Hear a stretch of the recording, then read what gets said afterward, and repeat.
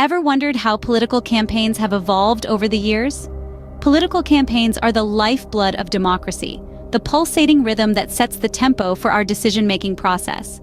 They have been the stage for both grand speeches and heated debates, showcasing the best and worst of our potential leaders. But how did we get here? Our journey begins in a time when politics was a face-to-face affair, with candidates knocking on doors and kissing babies. From there, we will traverse the decades, observing the shifts and turns that have shaped the political landscape. We'll witness the advent of radio and television, mediums that brought politics into our living rooms.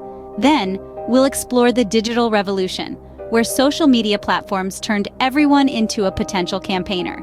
This evolution is not just about technology, it's about people, ideas, and the constant push and pull of democracy. So buckle up, lean in, and prepare to be fascinated. Join us as we journey through the evolution of political campaigns. Imagine a time when candidates personally went door-to-door to woo voters. Picture this: a hopeful candidate, pamphlets in hand, knocking on your door, eager to share their platform with you. This was the reality for many voters in the early days of political campaigns. In this era, the personal touch was paramount. Candidates would often canvass neighborhoods, speaking directly to voters about their concerns and aspirations. This face-to-face interaction allowed them to forge a connection with their constituents, something that's become increasingly rare in modern times. The goal was simple: to convince the voter that they, as a candidate, were interested in their well-being and capable of making a positive change. Public speeches were another cornerstone of early political campaigns. Candidates would stand on makeshift platforms in town squares or large public spaces, passionately putting forth their ideas and solutions. These speeches weren't just about sharing plans and promises, but about stirring emotions, inspiring people, and encouraging them to participate in the democratic process. But it wasn't just about in-person interactions. As literacy rates improved and the printing press became more accessible, print media started playing a crucial role in political campaigns. Newspapers, pamphlets, and posters became vehicles for candidates to reach a larger audience. Candidates could now share their political agenda, their vision for the society, and their personal stories, all in writing. In addition to providing information, these printed materials were also a means of persuasion. They served as a platform for candidates to critique their opponents, highlight their own strengths, and rally support. From catchy slogans to compelling narratives, these early forms of print media were an essential tool in shaping public opinion. So, these were the early days of campaigning, marked by a direct personal approach and the burgeoning use of print media. It was a time when political discourse was a community event, a shared experience that brought people together. But as we all know, change is the only constant. As time went on and technology advanced, so did the methods of campaigning. Enter the era of radio and television transforming the political landscape. As the 20th century dawned, these two mediums took center stage, shifting the dynamics of political campaigns forever. With the introduction of radio in the 1920s, candidates could now reach the ears of millions of voters, transcending geographical boundaries. The power of the spoken word was amplified, with the likes of Franklin D. Roosevelt harnessing the medium to connect directly with the American people. His fireside chats, a series of radio addresses, created an intimate bond with the listeners, enabling him to communicate his policies and perspectives in a relatable manner. The 1950s saw the advent of television, offering a visual platform to candidates. Now, it wasn't just about what was said, but also how it was presented. The power of imagery, combined with the spoken word, created a potent tool for persuasion. Television brought campaigns into living rooms, making politics accessible and personal. Catchy jingles, vibrant campaign ads, and, most notably, televised debates became common.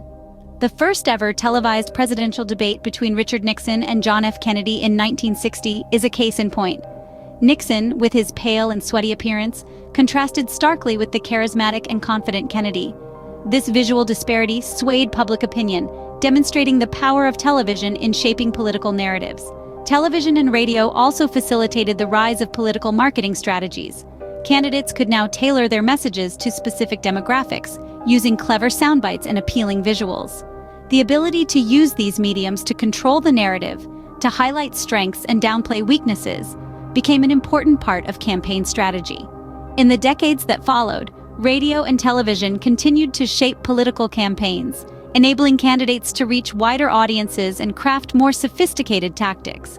They brought politics closer to the people, humanizing candidates and making campaigns more engaging. But the biggest game changer was yet to come. The internet and social media, the ultimate game changers.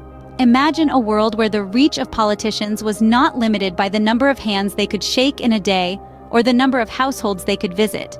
Welcome to the era of the internet and social media, where politicians can connect with millions of people with a single post or tweet. The internet has been a powerful tool in the world of politics since the 90s.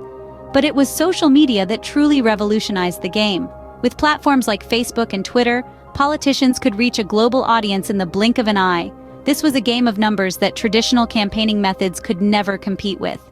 But it wasn't just about reach. It was about targeting, too. In the old days, a politician would make a general appeal to the masses. But with the advent of internet algorithms, they could now target their messages to specific demographics, making their campaigns more personalized and effective. Viral content became a new weapon in the political arsenal. A well-crafted message or a catchy slogan could spread like wildfire across the web, creating waves of support or criticism. The power to influence public opinion was now at the fingertips of anyone with an internet connection. And let's not forget the real-time engagement. Through social media, politicians could interact with their constituents in real time, addressing concerns, answering questions, and even engaging in debates. This level of interaction was unprecedented and brought a new level of transparency to the political arena. Of course, this new landscape also brought new challenges. Fake news, privacy breaches, and the manipulation of public opinion through disinformation became serious concerns. But despite these challenges, it's undeniable that the internet and social media have forever changed the face of political campaigning. From knocking on doors to reaching millions with a single tweet, the evolution of political campaigns has been a fascinating journey. So, how far have we come in the world of political campaigns? From the humble beginnings of grassroots door-knocking efforts to today's world where digital platforms dominate, the landscape of political campaigning has transformed dramatically. Let's take a moment to revisit our journey. In the early days, political campaigns were deeply personal affairs, grounded in face-to-face interactions. Politicians would travel from town to town, meeting with potential voters, listening to their concerns, and sharing their visions. The connection was direct, tangible, and deeply human. Then, the advent of radio and television brought a seismic shift in the way campaigns were conducted. Suddenly, politicians could reach millions of people simultaneously, right in their living rooms.